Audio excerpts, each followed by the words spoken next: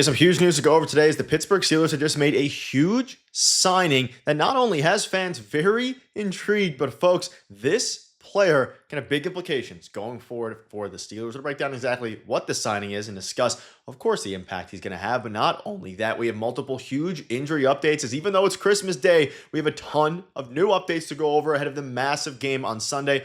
But before we get into it, folks, Merry Christmas to each and every one of you. Thank you guys for your continued support every single day. You guys have been absolute beasts. Hopefully you guys are enjoying Christmas, enjoying the holidays, and you guys mean the world to me. So thank you for the continued support, ladies and gentlemen. Let's dive right into it, though. We have a lot to go over today, and the Steelers have made a pretty big signing. You might think, I said it's a huge signing. It actually is quite the signing. So they have signed veteran free agent cornerback Trey Flowers, the team has announced, and this came kind of out of nowhere. And of course, on Christmas Day, we're all not really expecting a Steelers move. And usually they sign guys to practice squad, which is what I, predicted. That is not the case. They actually are elevating him directly to the active roster. Of course, with DK being done for the year. And we have a ton of other injury updates to go over today. But let's start with Trey Flowers. And you can see here, Steelers like their cornerbacks big. Flowers is nearly 6'4" with 34-inch arms, folks.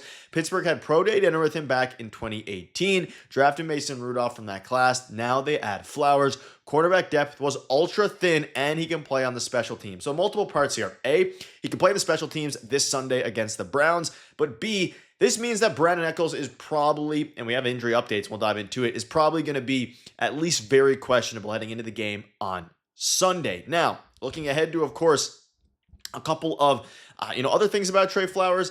He, again, is 6'3", 203 pounds, and has been playing with practice squads of the Bears and the Lions this season, and actually played 2 games for the Lions. And he was a 5th-round pick back in 2018. Started for a little bit. Ultimately, has had an okay career, bouncing up and down, bouncing back and forth between teams, between practice squads, and things like that.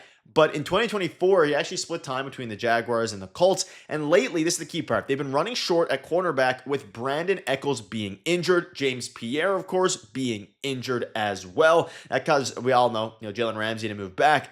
But this also gives additional depth. You can see in the last paragraph there in their secondary if Pierre and Echols are unable to return this week. So I don't want to, hit the alarm bells or sound the alarm bells yet, rather, but this means that James Pierre and Brandon Echols are definitely not 100% because they needed to add this depth in there. But also, even if one or two of those guys is healthy, even if both is healthy, you can never have enough depth. And at this point of the season, the team is trying to make the playoffs. They're trying to win the division. You do that by acquiring veterans on your practice squad. And let's look, and this isn't even practice squad, on your team. Let's look at his games. He has almost 100 games played with 44 starts. So out of the free agents that were available, this is a guy that has experience, played a ton of games early on in his career, has played games this season, starting none but playing a couple.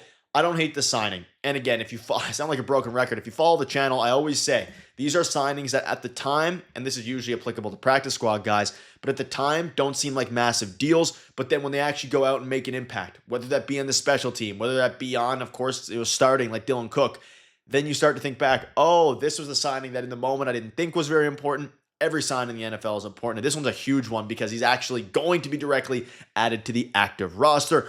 We'll see what happens with James Pierre. We'll see what happens with Brandon Echols.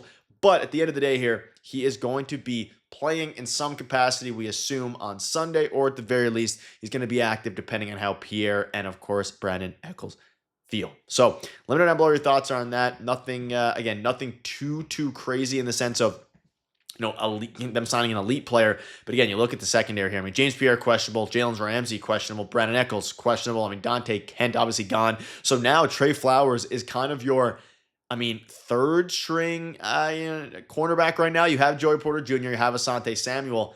If both Pierre and Echols are out, you kind of have a couple guys there. And of course you have, interesting. We saw briefly, Jaylen Ramsey playing nickel last week, so maybe he'll play nickel cornerback next week as well on Sunday. But folks, let's dive into a couple different things here now. We have some injury updates. Shout out to Nick Farabell, always tweeting and always working, even on Christmas Day. But TJ Watt, Nick Herbig, James Pierre, and Isaac Seumalo were limited once again, which is still a good sign. Jaylen Ramsey added to the injury report here with an illness. Meanwhile, Jaylen Warren, who was limited yesterday, was upgraded to a full participant today. And I said in yesterday's video, Jaylen Warren will probably be good to go. It's most likely just something that he's dealing with and aiding. So Watt, Herbig, Pierre, and Seumalo, neither of them have been backtracking. I'm curious to see, and again, a lot of it depends on what happens Saturday, but I'm curious to see what will happen with these 4 players because it's going to be absolutely crucial. And you can see, again, James Pierre being limited is good. None of them are full participants. Jalen Ramsey is now something to keep an eye on. Like, if he's unable to go due to illness, which I don't think he will, what's going to happen there? Of course, if the Ravens lose, there's a lot of stuff. We'll have a video tomorrow covering, not a preview, but some big, shocking updates almost on that. But let's look at the full participation and injury report. So Calvin Austin was DNP. He is expected, I think, to miss this week, which again is going to mean elevated roles for some of the other guys like Adam Thielen and Marquez Valdes-Scantling. Brandon Echols was also a DNP, probably because he's not going to play. James Pierre was limited. So my prediction now is that Watt will probably play if they need him to. Isaac Samala will probably play. Nick Herbig will probably play. James Pierre, I think, is still a game time decision, but he'll probably play as well. Like, usually when you're limited this late in the week, most of the time you play. But again, we'll have to wait and see. It doesn't seem like Echols is going to play, and it doesn't seem like Calvin Austin is going to play. So what does that mean? Again, yesterday, we got some big news about Watt and Herbig being back at practice with Isaac Samala, who's crucial for that O-line. What does that mean for the offense? Again, if Austin is out with DK Metcalf suspended, you have Adam Thielen as your WR1. You have Marquez Valdes-Scantling as your WR2. You have Scotty Miller behind him. I suspect Roman Wilson will have a pretty, if he gets into games this week, will probably have a decent role. He's obviously been, I guess, healthy scratched, if you want to call it that, inactive for the past couple weeks there, past few weeks. I think past 2. Darnell Washington, he's obviously going to have an elevated role as well. And Aaron Rodgers spoke out about that, and I believe it was Aaron Rodgers. And they basically said that teams are starting to guard the 3 jumbo set with the tight ends more now. So that way, that's why he hasn't been getting as many receptions. And that's why they've been throwing it over the top more. They've been going for deep balls. The critical point here is to make your offense dynamic, which I got to give credit. Arthur Smith, fans hated on him for a while. He's having a heck of a past few weeks, especially after that loss where Mike Tomlin got booed and firing chance. He's adjusted. He's making really good reads. He's getting the run game involved, everything involved. And as you look ahead now, with a lot of injuries happening, the good news is you should be healthier than last week, at least in some capacity. The bad news is you're without your best wide receiver, right? And DK Metcalf, how will they adjust? That's the biggest question. And then in the secondary, luckily, Joey Porter Jr. is going to be available. And this season, he's had a crazy year. He has been one of the best, unironically, one of the best cornerbacks in the NFL. And obviously, the downside of him at times is brutal penalties. He's slowed that down ever since, again, the Steelers' infamous game where they booed Mike Tomlin off the field and basically were chanting, fire him. You can see here from Frasersburg, I'm so serious when I say he's our best player.